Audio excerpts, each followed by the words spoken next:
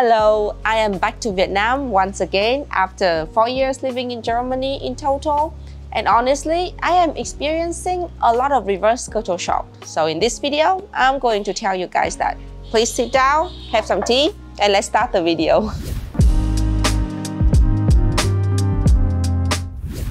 Since we are sitting at the guest table for my parents' house, let's talk about the having guest culture in Vietnam. In Germany, if someone wants to come over to my house, they would normally inform me first via text or call, and they would book the appointment like days or even weeks in advance. In Vietnam, the guests would just come whenever they want, regardless of the time or what we are doing. We could be having lunch at the moment and we would have guests, and the guests could just pull up a chair, sit next to us while we are eating and talk to us. In Germany, that would be kind of weird, but over here, it's not a problem. They would happily join us for lunch as well. Also, my parents are very sociable and our house is like a community place of the village. You would never feel alone. If you need help, if you would need someone to like be with you when you feel lonely, there's always someone. The problem is, since the guests come all the time, you have to kind of prepare for it. Your house is always need to be clean. You cannot just walk around the house in an underwear, which I don't do in Germany, but all of my neighbors did. Also in Germany, when guests coming over, it's kind of like a big event for the family. So we have to prepare for it. We have snacks, we have chips, we have good food, we have like games to play to entertain them for like the whole time they were there. In Vietnam, it's such a common thing. We just like have tea.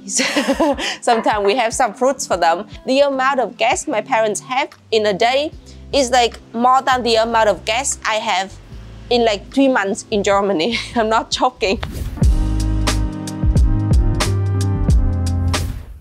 Before you get confused by the flow of this video, just want to tell you, sometimes you would see me sitting in my parents' peaceful house in the village. Sometimes you would see me walking around in the most crowded street of Vietnam in Hanoi, because we are filming this video in 2 locations.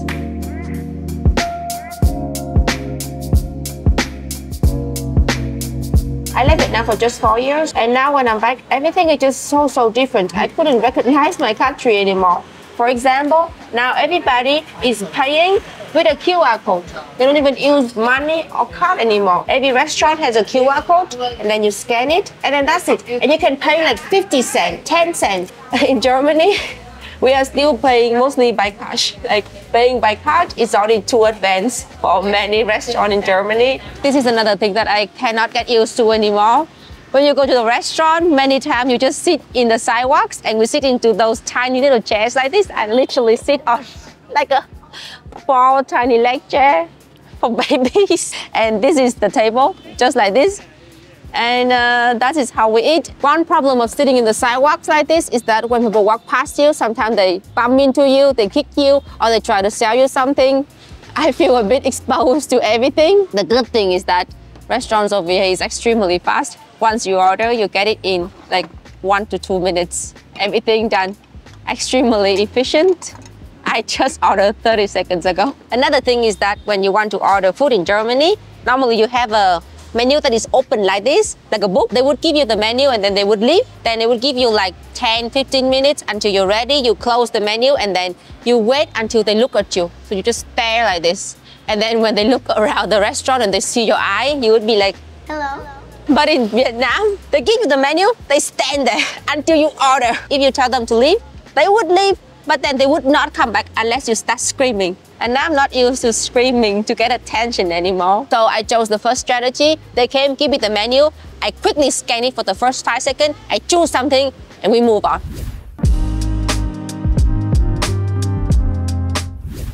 I don't know if the camera can catch this, but I am literally surrounded by a lot of mosquitoes.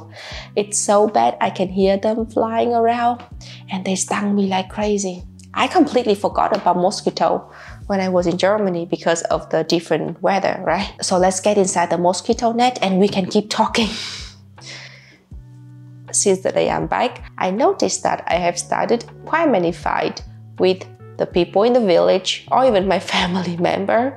And I know that it sounds problematic, but hear me out. I'm actually pretty proud of myself. to do that. Before going to Germany, I was taught that face-to-face confrontation is nothing good. Like if I have a problem with someone, I should subtly let them know through hint or like just being silent and hope that the problem would go away. It's in our culture. So when I moved to Germany and learned the German directness, I just cannot behave the same anymore when I go back home.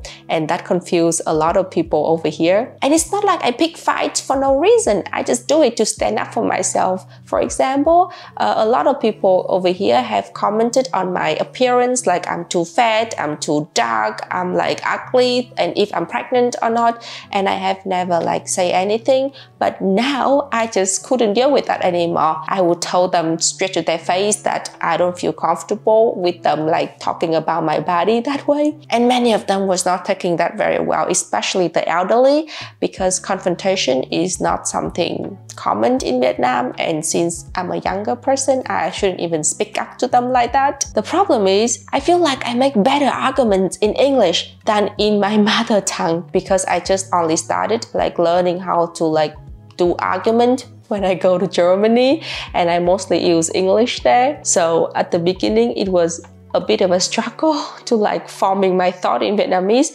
and then express myself. I feel like I can't even defend myself better in German, sadly. I mean, I did not enjoy the fight, but I'm proud of myself to like setting boundaries and letting people know how to treat me correctly. Since we are talking about English and German, let me introduce our sponsor of today's videos. Yes, we have a sponsor, and it's actually an app that I have been using a lot recently to learn new languages. Babbel! I'm using Babbel 15 minutes per day to learn German, and what I like the most about it is that it's managed to keep the exercises fun but still take teaching very seriously. It's like having a textbook in a form of a convenient app in which you can also learn by listening to podcasts, playing games, or joining live classes. I actually learned a tons of German grammar thanks to them. So if you want to try it out, use the link on the description to get up to 15% discount, lifetime access to 14 different languages on Babbel, and it's valid forever. This is very shocking even for me, but I am no longer able to ride motorbikes anymore. I know how to ride it still, I guess, but I cannot make myself to sit on a motorbike and go on the traffic in Vietnam anymore. I'm too used to being in a tram or a train or a car in Germany where I am protected by the surrounding around me. When I sit on this motorbike, I only have a helmet here and I feel so like scared.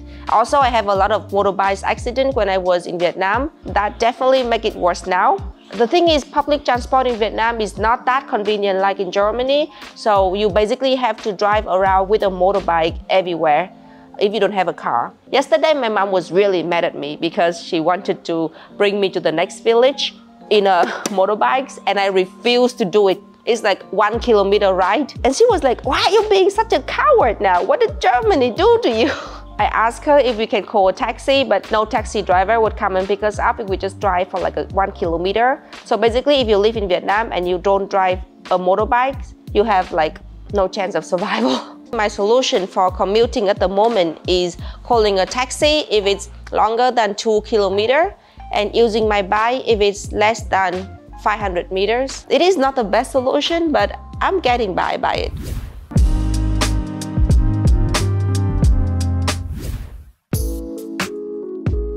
In Germany, not only everything is completely closed on Sunday, it's very hard to find anything that is open after like 6 p.m. if you don't live in a very big city like Berlin. And when I'm here back to Hanoi, I was really surprised and kind of shocked that everything is open until like 1 or 2 a.m. It's almost 1 a.m. at the moment. This restaurant is full of people. Any kind of like service-wise in Hanoi open super late. Hair salon, nail salon, spa, clothing, things like that. Yesterday I have my hair washed at 10 in the evening and they still open. It's insane, right?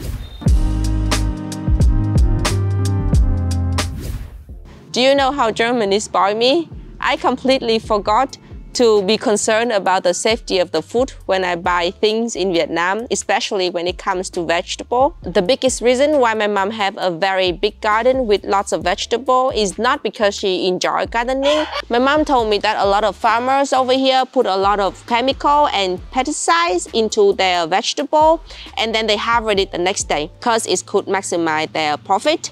It is really scary. In Germany, I feel like the government control the quality of the vegetable pretty good. Like there are rules and regulations about like how much chemical can you put into your vegetable, and then how long do you have to wait until you harvest that.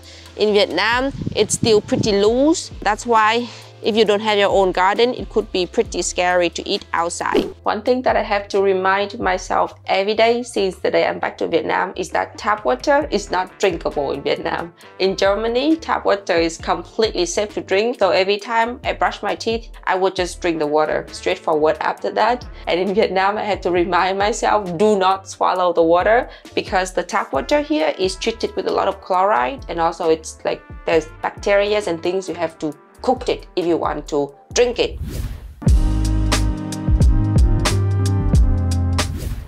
Crossing the street is mission impossible at this point for me. I don't know how I did it for 7 years. Like, there's red light and green lights here, but people just like don't really follow it. So everybody just keep driving, and you have to just cross the street when you feel like it and when you need to. This is definitely not a very fun part of living in Hanoi.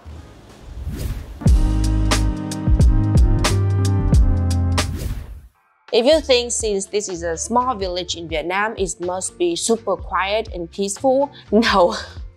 I am very shocked by how noisy it is. Many people in my village has giant speakers like this, and they would blast music from the morning until the evening every day. No offense, but it's not even good music. And it's so loud. Also over here, people talk very loud, and I can hear literally everybody talking in their house. And sometimes they are fighting with each other, and I would hear them screaming every day. Then there are dogs barking all the time, and there are chickens screaming too. I was living here for 20 years and I never have a problem with that. It's surprised how much I adapt to the new situation.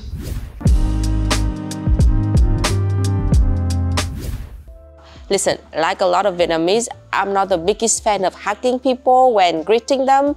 I would prefer the wave method more, and we keep distance with each other. In Germany, I barely hug people as well. The problem is, I said barely, not never, which means I do hug people from time to time when I feel like I love them so much, I just want to hug them, or when I get too excited.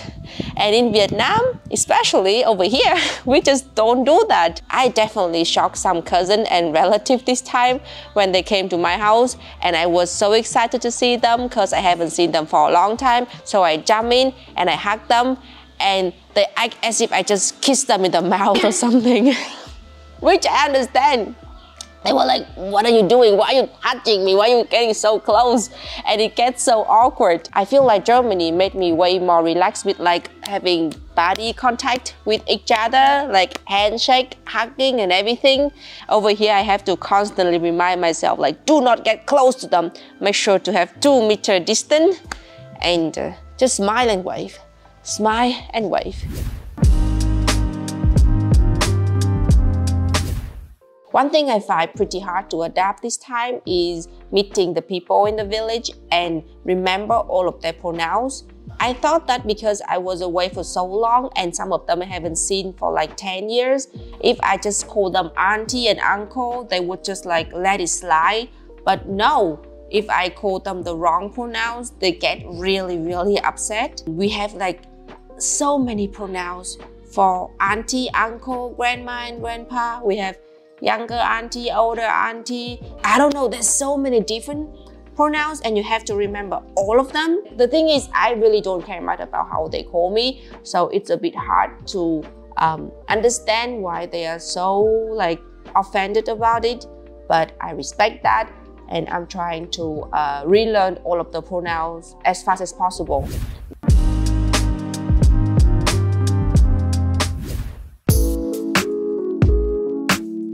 I completely forgot how beautiful Vietnamese women are. When I came back here, everywhere I go, every single woman I met on the street, they are like extremely pretty, especially the younger one, like my age or even younger. They dress beautifully, very good fashion style, and then they're like doing perfect makeup, not too much, not too little. I mean, every country have different tastes, but I feel like in Germany, when we're going outside, we just putting whatever we have there and we just walk because we don't really care what people think. And then me and my sister, we go back here, we look like this, which is okay. But when I compare myself to other girls, it's just like completely different level. And I mean, it's not like I don't want to look like them, I just don't know how they do that. But it's just so nice to just watching all of those beautiful women walking around. It's very good for my eyes though. Okay, that was actually a lot of reverse culture shock for one video. It was actually a pretty stressful video to film because when we were walking around, the street was just so noisy and full of traffic. But still, I hope you enjoyed it. And if you have any of reverse culture shock story from your side to share, please let me know on the comment section. I would love to read it. Thank you very much for watching and I'll see you in the next video. Bye bye.